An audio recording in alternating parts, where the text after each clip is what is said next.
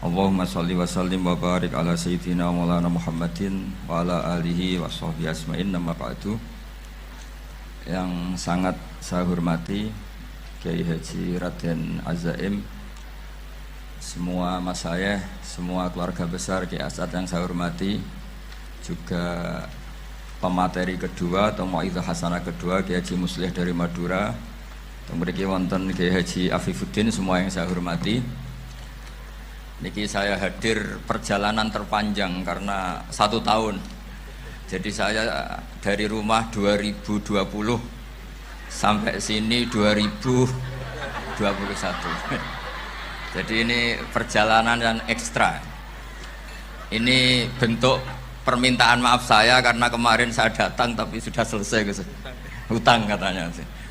Ternyata Gus Azaim tidak legowo memaafkan, dia itu ngutang katanya, karena saya kemarin datang tapi terlambat terus dibajak disuruh ngajar Ma'had Ali. Tak pikir itu sudah bayar, ternyata masih diutangkan.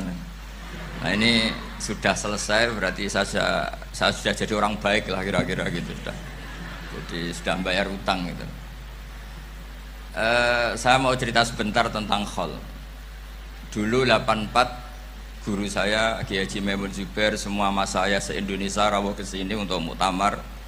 Termasuk bapak kandung saya Kiai Haji Nur Salim ikut datang, ikut menyaksikan betapa pondok ini zaman itu masih Kiai As'ad jadi tonggak sejarah penting dalam NU, yaitu kembali ke Khittah 26.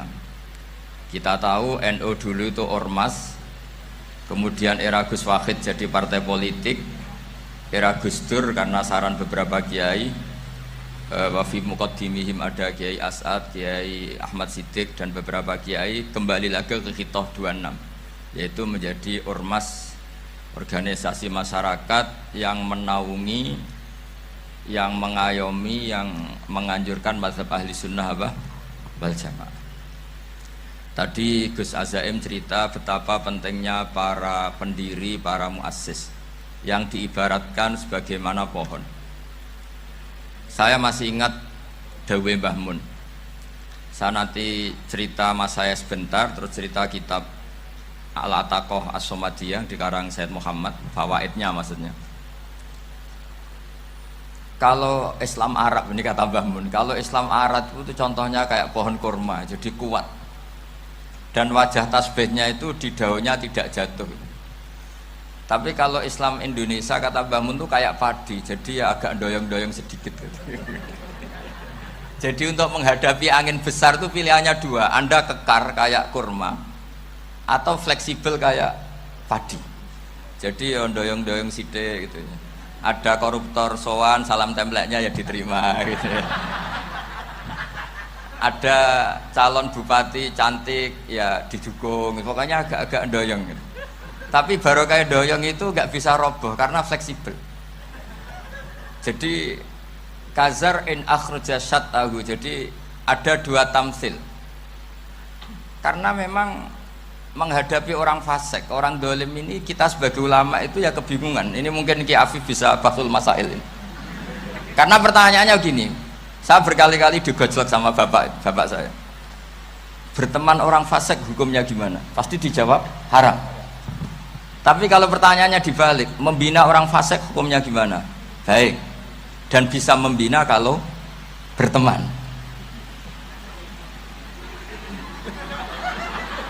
Makanya Gus Azaim pernah bikin seni deh, muktamar seni. Anggap saja madhabnya seperti itu gitu. Jadi ya agak doyong-doyong sedikit. Masa ketop berteman orang yang macam-macam, tapi itu fleksibel. Nyatanya tetap soleh sampai sekarang gitu. Itu berarti itu ya gitu kata Mbah Mun itu. Jadi untuk menahan angin yang besar pilihannya hanya 2, Anda kokoh kayak pohon kurma atau fleksibel kayak padi. Nah Islam Indonesia kata Mbah Mun itu pari wae katanya, padi. Jadi ungkapan-ungkapan para masyayikh ini penting karena khazanah yang saya baca. Saya berkali-kali cerita ini dalam kitab Khilyatul Auliya. Itu Abu Nu'aim Al-Asfihani cerita tentang riwayat Sufyan bin Uyainah, ini gurunya Imam Syafi'i. Itu setiap kali Nabi Isa dan Yahya, ini dua nabi yang sekurun, sama-sama masih muda. Nabi Yahya itu senengannya dolan ke orang-orang soleh, menyambangi orang-orang soleh. Tentu itu bagus. Tapi kalau Nabi Isa ini suka menyambangi orang-orang yang fasik, orang-orang yang nggak jelas. Ketika dua beliau ini ketemu, tentu yang perlu jawaban Nabi Isa karena kontroversi, berteman sama orang-orang yang nggak jelas. Kata beliau, innama ana tabibun udawil mardo. Seorang kiai, seorang nabi, orang yang baik itu ibarat dokter. Di mana-mana dokter tuh ngobati orang yang apa? Sakit. Kalau Anda dokter dan peneliti satu penyakit, pasti cari daerah yang banyak pandeminya. Masa neliti pandemi di orang-orang yang apa? Sehat. Jadi ini juga perlu dibahsul masail kan. Karena tadi dibolak-balik itu. Bina orang berteman orang fasik hukumnya haram karena wa ingkana dasarin fajannibhu sur'atan. Tapi kalau bina orang fasik hukumnya baik, bisa bina kalau berteman. Jadi fikih itu ya karek diwolak-walik. Makanya sholat juga gitu, sholat yang tumak ninah yang lama itu ya bagus. Masa jagongan mbek pangeran nggak asik, jagongan sama teman aja asik, masa jagongan sama pangeran tidak apa asik. Tapi kalau Ibnu Abbas sholat tuh cepat. Ketika ditanya, kenapa kalau Anda sholat cepat? Setan baru tata-tata mau goda, saya sudah selesai. Kata. Karena setan itu ya jaga jaim tuh, jaga image. Jadi kalau mau goda orang itu ya surinan dulu, macak-macak dulu. Ternyata mau ke situ sholatnya sudah selesai. Lah kebetulan mazhab saya itu yang kedua itu gitu. Jadi kalau Gus Azaim itu sholat lama sekali, itu ada mazhab tandingan, yaitu mazhab saya. Itu karena ini sepuh saya, meskipun top beliau tapi sepuh saya. Saya sudah 50, beliau baru 40. Ini berarti baru memulai kiai. Kalau pakai umur nubuah ini baru memulai. Jadi mazhab itu penting. Jadi pembanding itu harus diutarakan. Sehingga dalam fikih manapun itu sebuah madhab itu harus diuji itu lewat pembanding. Dulu itu setiap debat fikih antar ulama itu mesti nggak ada yang menang. Misalnya saya kiai kelihatan miskin tuh ya baik supaya santri-santri yang miskin itu punya teman gitu.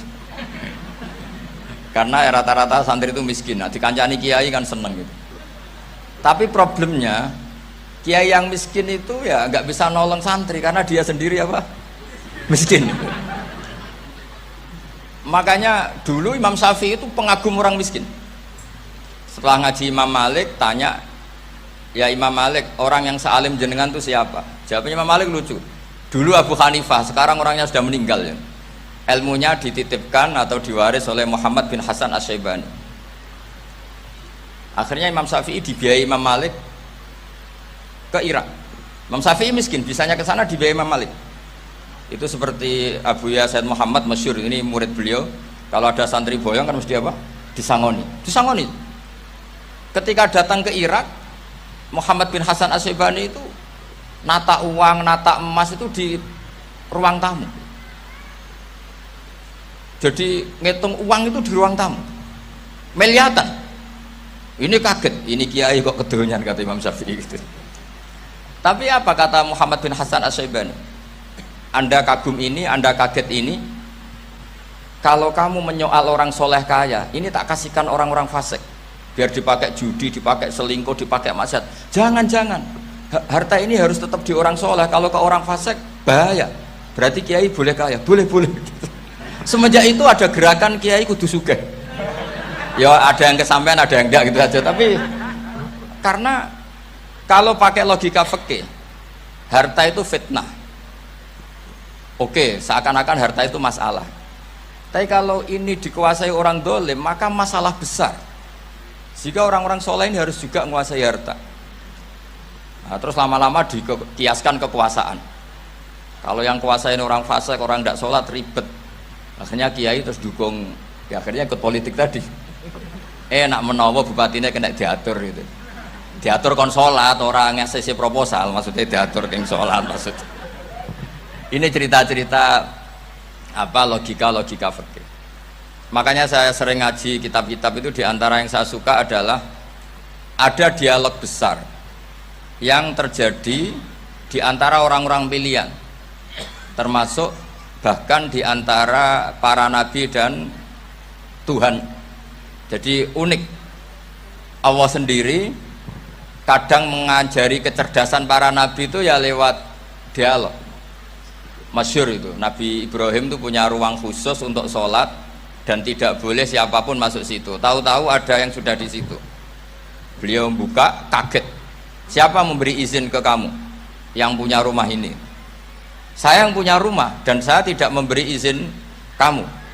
Yang memberi izin saya itu yang punya saya, kamu dan rumah ini. Yaitu Allah Ta'ala katanya.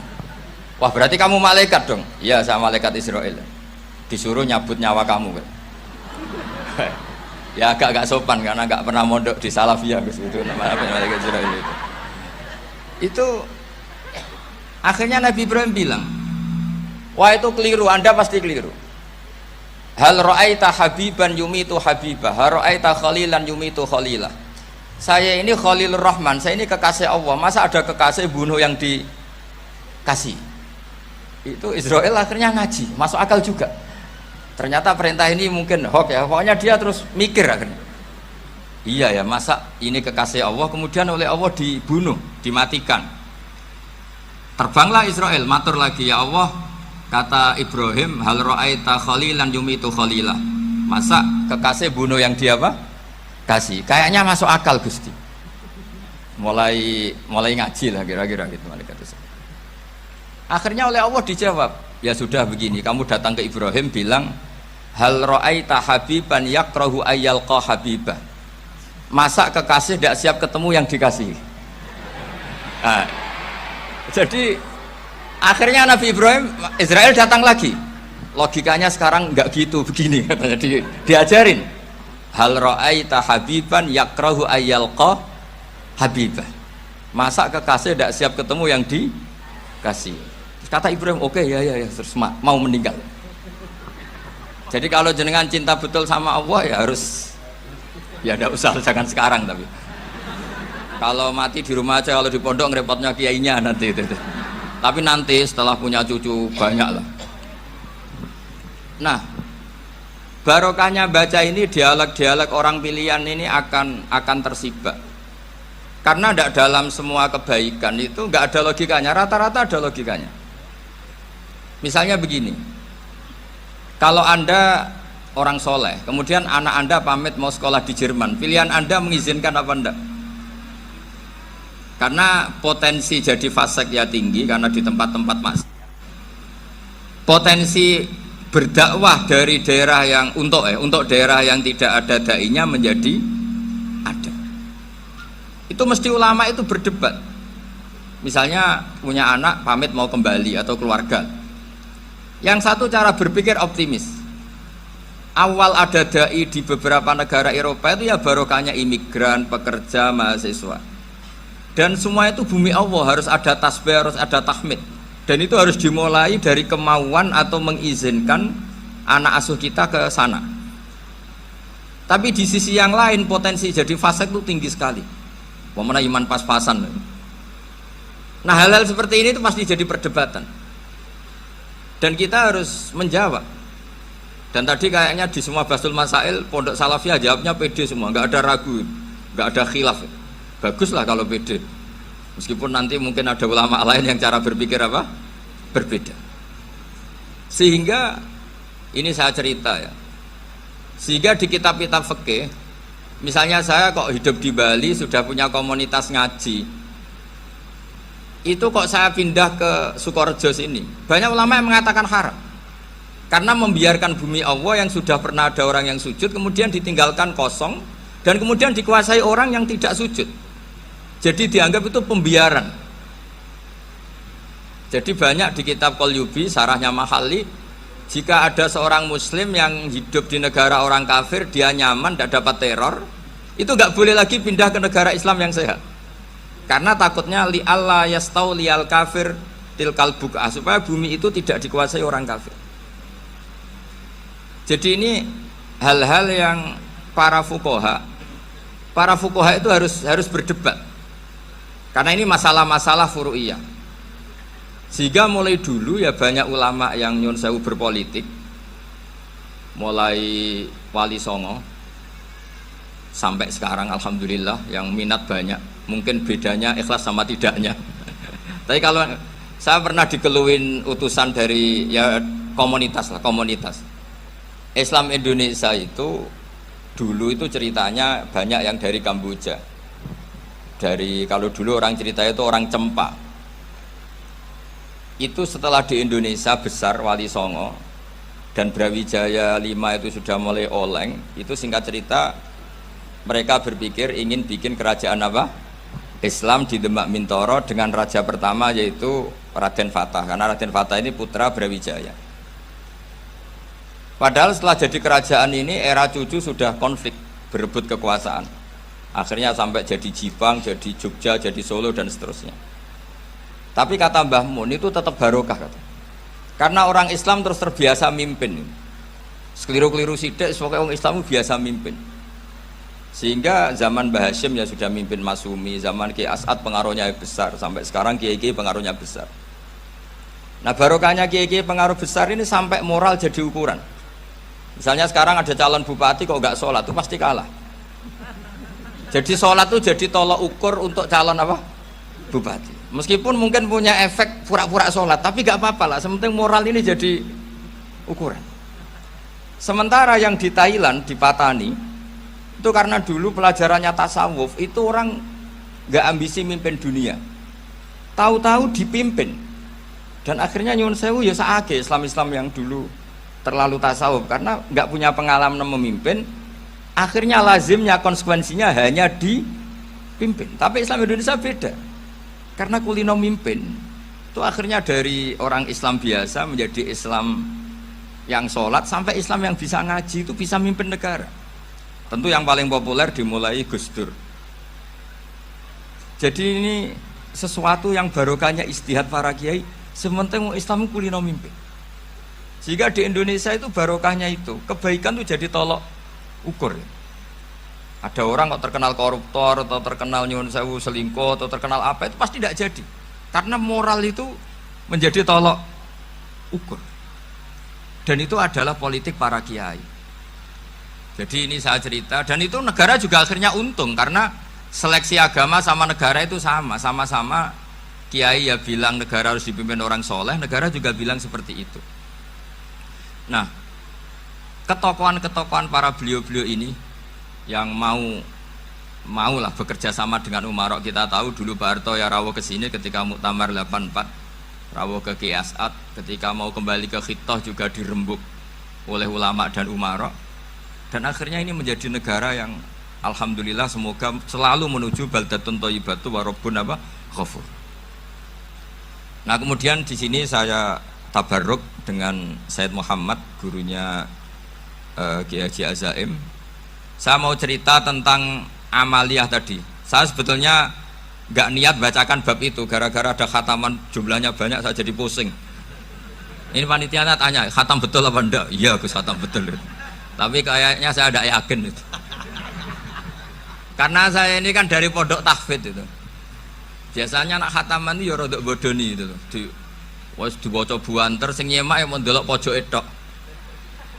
Mergo kebanteren. Nah, akhirnya lafat-lafat yang di tengah itu enggak di apa? Baca. Tapi ya semoga dimaafkan Allah lah. Yang jelas itu enggak. Tapi saya mau cerita ya. Jadi cara berpikir Said Muhammad ini nanti juga saya teruskan di Ma'had Ali. Ini saya baca ya. Di antara yang diyakini madhab Malikiyah, ini saya baca saja teksnya. Jadi ada riwayat namanya, kalau Said Muhammad bahasakan itu Ataqoh Somadiyah. Kalau di Indonesia kadang orang bilang Al-Ataqoh Al-Kubro, yaitu dengan membaca surat Ikhlas. Di sini jumlahnya hanya 100 kali, kila 1000 kali. Tadi berapa semua? 700 juta ini sudah susuk banyak ini. Di sini hanya 40, riwayat lagi 100, 1000. Terus sampean tadi berapa? 800 juta. Wah ini sudah susuk ini. Itu anak cucu sampean pasti masuk surga itu kalau bisa. Ini saya baca, ini kitabnya Sayyid Muhammad ini. Suratul Ikhlasi wal Itqu minan nar. Akhrajat Tabrani fil Kabir an Fairuz ad-Dailami wa Ibnu Uftin Najasi. Waqad khadaman Nabiyya sallallahu alaihi wasallam. Orang ini jadi khadimnya Nabi. Qala Rasulullah sallallahu alaihi wasallam, "Man qara'a qul huwallahu ahad mi'ata marratin fi shalat ghairiha katabahu lahu bara'atan minan nar." Ini hanya berapa ini? Mi'ata marrah. Berarti kalau satu orang itu cukup 100. Tadi sudah untuk 7 turunan tadi untuk orang berapa? Ya, untuk 7 turunan cukup. Cukup. Untuk 7 turunan. Ya sudah susuk ini sudah susuk ini. Aduh, ribet ini. Nah, ini tak cari pembenarannya ini supaya keren. Ini di halaman 188 Abwabul Farad. Warwa Ibrahim bin Muhammad Al-Khiyari fi fawaitihi an Hudzaifah marfu'an. Man qara'a qul huwallahu ahad alfa marratin faqad ishtara nafsahu minallah. Berarti 100, ada riwayat lagi 1000. Nanti tak carikan lagi yang berapa? 1 miliar mungkin. Jangan banyak-banyak. Nah ini saya baca ya. Wa hadzal adatu huwa al ma'rufu bi ataqatis somadiyah. Wa qad nassa jama'atun mutaakhiril malikiyah ala istihbabi ataqatis somadiyah wa haddu ala qiraatiha wa istimaliha. Minhum Asy-Syaikh Abdus Salam Al-Asmar saat terus ini. Jadi kullu haula'i istahabbu ataqatas somadiyah ma'atirafi ba'dihim kal misnawi bisiddati fi hadisiha i'timadan ala anna hadha minal fadha'il allati yutasahalu fiha faman sa'a yasta'milaha roja'a khusula ma fiha fala ba'sa bidzalik ala syarti alla ya'taqida thubuta dzalika anin nabi sallallahu alaihi wasallam hatta la yaqa fil kitsbi alaihi. Jadi intinya itu silahkan Anda bikin jumlah sesuai versi Anda. Yang penting Anda jangan kampanye kalau itu perintah Kanjeng Nabi Muhammad sallallahu alaihi wasallam. Karena kalau kamu atasnamakan Nabi kemudian jumlahnya sampai 800 berapa? 800 juta, berarti Nabi mengajarkan masyaqqah pada umatnya. Jadi cukup yang riwayat itu di sini hanya 100 sama 1000. Jadi kalau jumlah tadi untuk 7 apa? Turunan. Jadi kamu harus ditutup dengan doa, ya Allah, semua itu bukan untuk saya tapi untuk 7 turunan, tolong catat ya Allah. Karena itu. Jadi artinya gini loh ya, orang Indonesia yang sering mempraktekkan ataqah somadiyah itu bukan tanpa dalil. Ternyata dalam madzhab Maliki, saya masih ingat ketika mbah saya kandung, bapaknya bapak, asmane Mbah Nur Syam, itu wasiatnya minta dibacakan 4000. Yang baca pas itu ya bapak sama anak-anaknya. Dan kemudian alhamdulillah zaman akhir itu mulai agak ngawur. Kalau ada acara itu wong liya kon maca anake mlebu metu gak melok maca. Itu keliru, saya jamin itu keliru.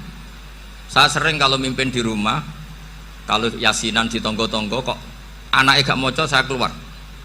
Bapakmu wong liya kon maca kata saya gitu. Jadi itu menurut saya itu yang jelas saya sampai ngisi begini. Yang ada riwayatnya itu idza mata ibnu adam min qata amaluhu ila min salasin shadaqatin jariyah au ilmin yuntafa'u bi awaladin sholihin yatullah. Itu tidak ada di hadis au kiyayin sholihin yatullah kata. Yang ada itu awaladin apa? Sholihin. Jadi anaknya harus ikut, kalau tidak ada usah kata.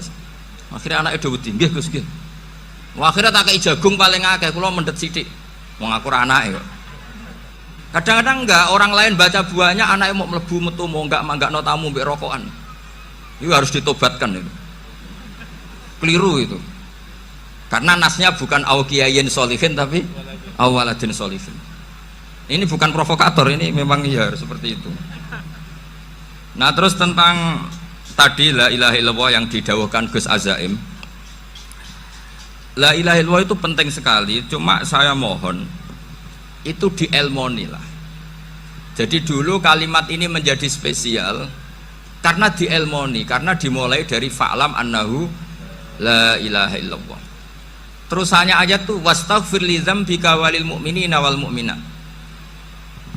Saya ulang lagi ya. Terusannya ayat tuh wastaghfir li dzambika walil mu'minina wal mu'minat.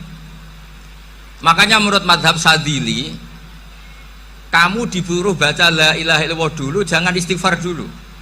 Saya ulang lagi ya. Dalam mazhab Sadiliyah itu la ilaha illallah dulu, nggak boleh istighfar dulu. Alasannya masuk akal. Orang yang kafir 70 tahun itu sekali baca la ilaha illallah itu langsung yughfar lahum ma qad salaf.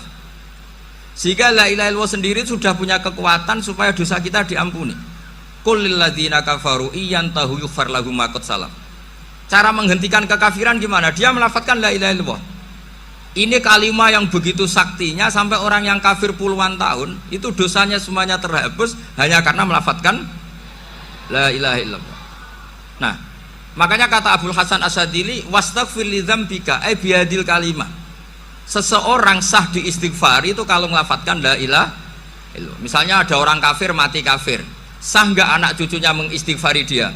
Tidak sah karena belum melafadzkan la ilaha illallah. Makanya kata Abdul Hasan Asyadili, wastaghfir li dzambika ay bihadil kalimah. Sehingga lafadz ini spesial betul. Tapi kadang-kadang beberapa mursyid cara berpikir lain.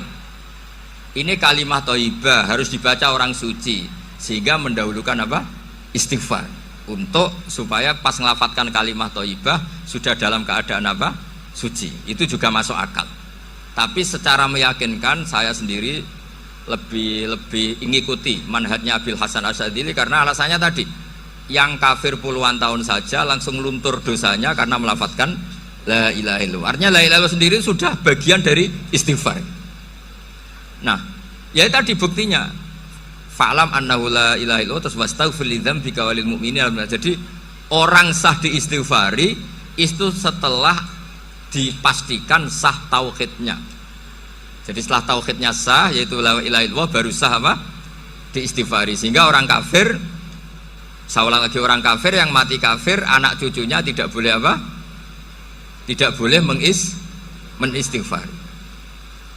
Terus saran saya kedua, la ilaha illallah itu filosofinya itu nafyun li uluhiyati ghairillah wa isbatun li uluhiyatillah wahdah. Filosofi la ilaha illallah itu gimana? Menafikan semua selain Allah itu tidak Tuhan dan hanya menuhankan Allah semata. Nah itu caranya gimana? Caranya kita harus terbiasa ini, karena tadi saya dibilangin panitia ini rata-rata mustameknya atau mustamiatnya ini santri. Caranya gimana? Dilatih pakai logika. Saya berkali-kali cerita kalau ngaji, saya sekaligus kampanye. Allah itu Tuhan yang begitu fair. Untuk menjadi Tuhan Allah mempersilahkan, ada kualifikasi Tuhan. Jadi boleh dikompetisikan, itu boleh kata Allah. Gak apa-apa kamu ngaku Tuhan gitu kata Allah. Tapi nak ngaku pangeran itu paling gak ya direputasi lah, ada verifikasinya lah. Dimulai dari apa? Ya kalau jadi Tuhan itu setidaknya bikin langit bumi lah, aturannya gitu. Jadi kalau daftar bupati ya daftarlah ke KPU. Masa tahu-tahu jadi apa? Tuhan kemudian tidak punya prestasi bikin langit bumi. Sehingga Allah itu cara ngendikan itu ya fair. Qul ara'aitum ma tad'una min dunillah aruni madza khalaqu minal ardi am lahum syirkun fis samawat. Coba yang kamu tuhankan selain saya, prestasinya apa? Ketika saya bikin bumi itu apa ikut bikin? Terus am lahum syirkun fis samawat. Kalau bikin langit, kalau nggak bisa ya urun lah gitu. Urun semen apa urun bego, pokoknya urun lah gitu. Urun ora, gawe bumi ora, ngerti-ngerti ngaku dadi pangeran.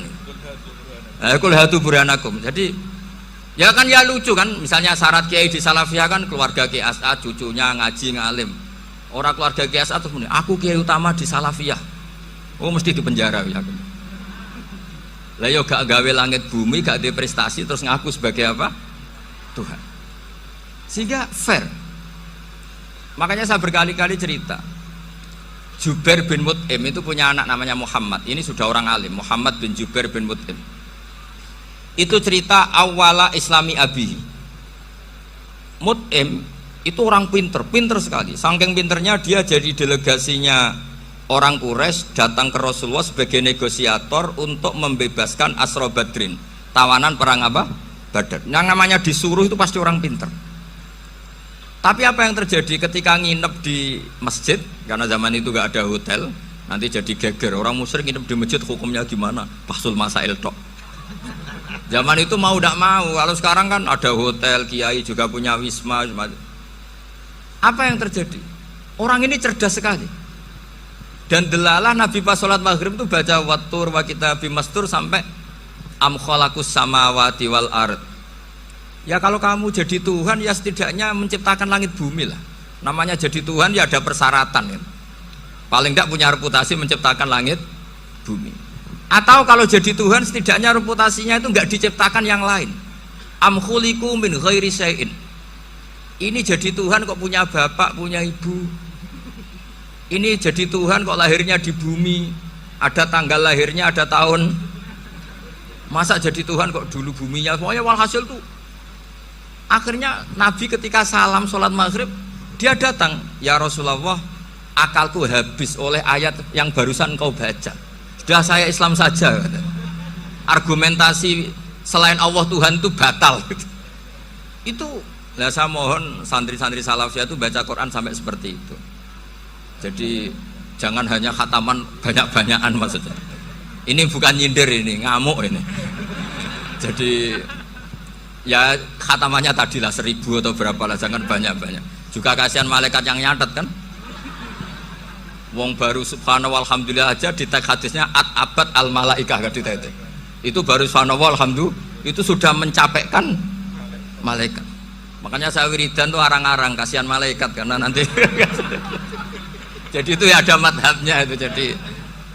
Jadi kalau Gus Azaim sholat lama tak saingi sholat cepet tuh sama-sama ada madhabnya.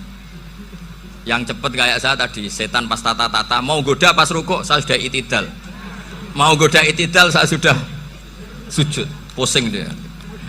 Tapi jangan tiru, ini madhab yang agak-agak khusus lah, sudah cara orang Madura agak khilaf gitu. Khilaf ya, khilaf ini agak khilaf ini sudah. Tapi saya ingin lah, sampean kalau ngaji Quran itu dilatih berlogika. Jadi Allah itu fair, nggak apa-apa kalian ngaku Tuhan tuh nggak apa-apa, tapi tunjukkan prestasi kamu apa. Aruni madza khalaqu minal ardi am lahum syirkun fis samawati. Am khalaqus samawati wal ard. Diulang lagi, am khuliqu min ghairi syai'in. Setidaknya kalau jadi Tuhan itu ya nggak butuh yang lain lah. Masa jadi Tuhan kok wujudnya saja butuh orang lain, butuh bumi, eksistensinya butuh makan, butuh minum. Makanya Allah cara meniadakan uluhiyah selainnya itu Allah itu redaksinya itu mengena sekali. Yaitu tadi dengan cara-cara seperti itu. Sebagian ayat disebutkan ma asyattuhum khalqas samawati wal ardi wala khalqa anfusihim. Wong Tuhan kok nggak punya reputasi bikin langit, bikin bumi, bahkan untuk menciptakan diri saja nggak bisa. Ya sudahlah, kamu nggak usah ngaku Tuhan, nggak level kata tahu gitu. Akhirnya terus ditemukan Tuhan yang sejati, yaitu wal awwalu wal akhiru wal zahiru wal batin. Itu yang mut'im ini tadi termasuk orang yang sangat cerdas sekali. Padahal itu bacanya bukan pas basul masail, enggak. Nabi pas sholat maghrib. Juga bukan pas ceramah, enggak. Tapi itu didengarkan. Makanya termasuk ini spesial untuk hormat saya kepada Ki As'ad. Makanya saya ini kalau mentasjek santri-santri ini agak sensitif, tapi sudah saya tidak perlu takut fitnah. Saya termasuk kenapa saya ingin jadi ahli tafsir, tentu yang membentuk itu Mbah Maimun dan bapak saya. Bapak saya itu hafal Quran kayak hafal Fatihah, saking senengnya Quran. Mungkin bisa kamu saingi itu. Itu adalah orang kafir itu bisa paham Quran. Itu sangat menyinggung saya. Orang kafir itu bisa paham Quran. Ketika Umar Islam itu karena mendengar apa coba? Mendengar apa? Quran. Dan itu masih kafir apa sudah Islam? Masih kafir karena kalimat-kalimat yang di Quran itu begitu jelas wal kitabil mubin sehingga didengarkan orang kafir pun tuh ngefek. Makanya ketika Umar datang ke saudari putrinya kemudian dengar Toha ma anzalna alaikal Quran apa? Litasko, itu dia terus iman. Begitu juga Mut'im. Itu ketika dengar Nabi baca surat At-Tur ya langsung iman. Makanya kata Ibnu Jarir At-Tabari, Kamu jangan pernah bilang gini, syaratnya paham Quran itu harus alim, harus gini. Lah nanti berarti orang kafir punya alasan di depan Allah, ya Allah, engkau ngandani kami dengan Quran yang nggak bisa difahami kecuali alim dulu. Lah saya alim gimana? Nggak pernah mondok gimana? Saya kafir. Jadi artinya gini loh, kata Ibnu Jarir At-Tabari, Allah tidak mungkin mengatakan gini, ifhamil Quran bima la fahmalaka. Quran itu harus kamu fahami, sementara orang kafir karena lafadznya Quran khusus gak bisa memahami. Makanya Quran itu dibaca, itu banyak orang kafir yang menjadi muslim karena mendengar apa? Al-Quran, padahal kafir. Nah termasuk tadi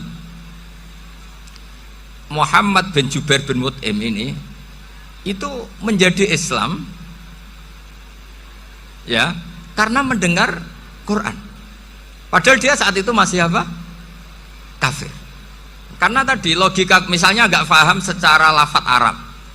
Sekarang misalnya nyuwun sewu ada orang ateis, saya pernah didatangi seorang ateis yang nggak percaya Tuhan. Saya mau Islam Pak Ba, asal Anda bisa menjelaskan Tuhan itu siapa.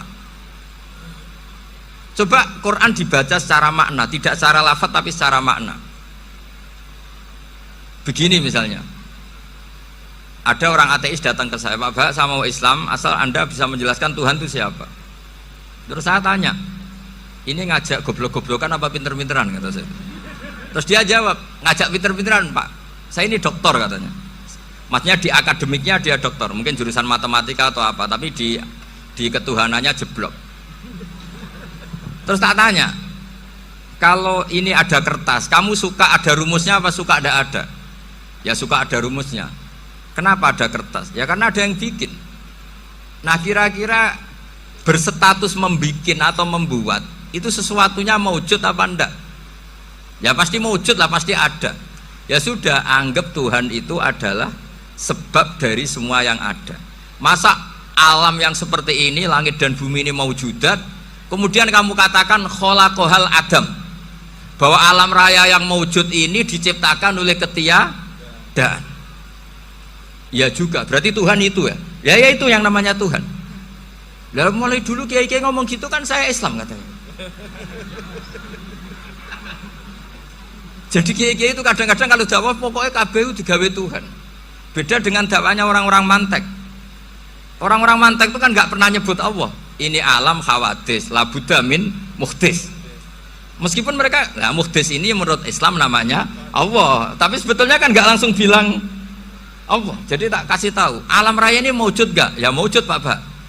Bisa nggak sesuatu yang nggak ada menjadi faktor wujudnya yang ada? Ya tidak bisa, namanya nggak ada itu nggak bisa jadi faktor. Nah itu hebatnya ulama-ulama kita ketika mengenalkan Allah itu siapa? Zat yang wajibil wujud.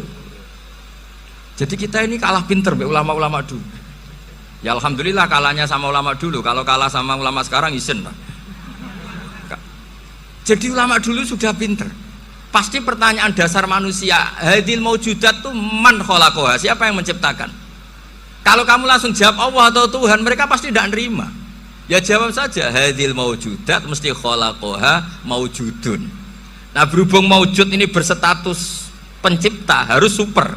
Lah super ini oleh ulama disebut wajibul wujud atau musabbibul asbab, yang oleh Islam dinamai Allah.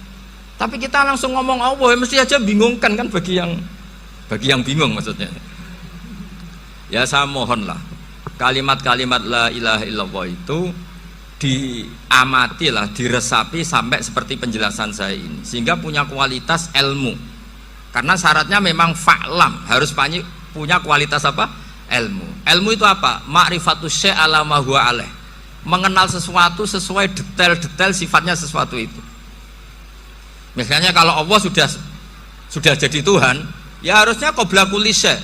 Masa Tuhan sama yang dituhani wujudnya dulu yang dituhani? Ditemukanlah sifat awal atau qadim. Makanya benar Gus Azaim tadi, kalau sudah bertauhid harus hafal akidah berapa khamsin. Dimulai apa? Wujud.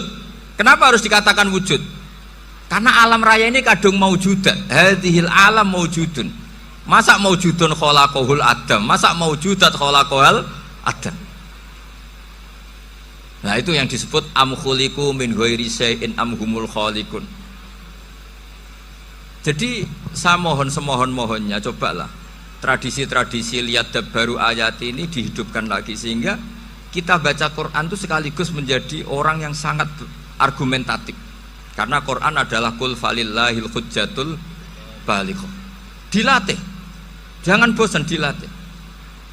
Makanya kalau saya baca ayat-ayat seperti itu, cek fair Allah itu. Fair betul. Nggak apa-apa saya punya pesaing kata Allah, tapi yang imbang dong. Pas aku gawe langit ya bantulah. Atau ada langit tandingan lah kira-kira gitu. Kalau saya bikin bumi ya ada bumi.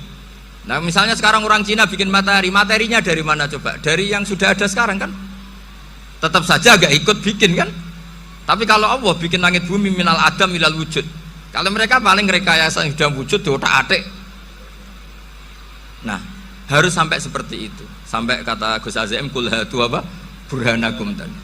Jadi ini cara-cara kita untuk menguatkan iman. Aruni madza khalaqu minal ardi am lahum syirkun fis samawati. Terus kata Allah, itu nih bi kitabim min qabli hadza au atharatim min ilmin. Kalau kamu enggak setuju teori ini kata Allah, cari kitab suci versi Anda. Aturan jadi Tuhan itu apa coba? Ya tetap saja semua kitab suci akan mengatakan di mana-mana Tuhan itu pencipta langit dan bumi. Jangan yang lahir di bumi jadi Tuhan. Jangan Lata Uzza jadi Tuhan. Jangan karena sakti jadi Tuhan. Nah ini di sini pentingnya ilmu balaghah, ilmu mantek yang alhamdulillah di pondok-pondok kita masih diajari. Makanya kata mantek sebetulnya ilmu akal hanya menemukan hadil maujudat khalaqaha maujudun. Nah yang maujud ini siapa? Ya wajibul wujud. Nah kemudian Islam menamai ini Allah Subhanahu wa ta'ala. Makanya ulama dulu itu kalau ngendikan Allah itu siapa? Zat sing wajibul wujud. Itu filosofinya luar biasa.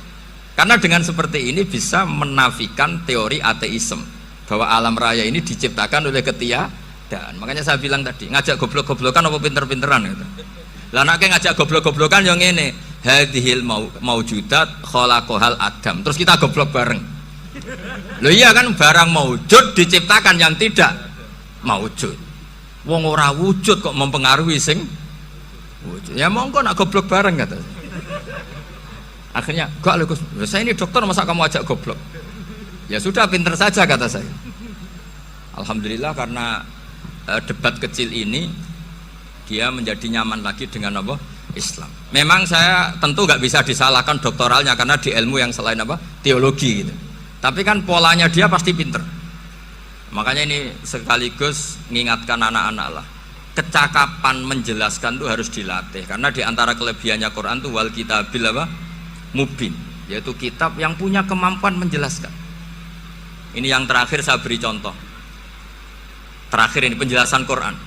Dulu orang kafir itu cara berpikir itu begini, Muhammad, urusan kita ini banyak, problem kita banyak. Masa iya urusan yang banyak ini cukup dengan satu Tuhan? Kalau problem banyak ya Tuhannya harus banyak. Ada Tuhan pohon, Tuhan hujan. Ya kayak Cina itu ada Dewi Kuan Im keberuntungan, ada yang sial, yang pokoknya diurus yang banyak lah. Maka mereka bilang aja'alal alihata ilaha wahida inna hadza la syai'un ujab. Ini aneh, urusan banyak kok Tuhannya satu, ini aneh lah. Tapi Nabi secara sabar, dan yang diomongnya orang kafir, tidak anak Mahatali, orang kafir. Jadi nanti kalau anak Mahatali gak paham Quran kebangetan, orang kafir saja paham. Akhirnya Nabi secara santai, secara rileks memberi penjelasan gini. Kalau Anda menjadi buruh, kalau orang Arab dulu bilang abdan, kamu suka nggak punya majikan banyak, perintahnya beda-beda, semuanya memaksa kamu untuk nurut. Sama punya majikan satu yang baik. Ya nggak suka lah Muhammad kalau majikan saya banyak, semuanya berhak merintah saya, ndak enak. Majikannya satu saja. Terus kata Nabi, Tuhanmu itu majikan kamu. Kalau Tuhannya banyak, kamu bingung. Nanti perintahnya banyak. Akhirnya mereka paham. Dan itu segampang itu Allah memberi penjelasan. Daraballahu masalah rojulan.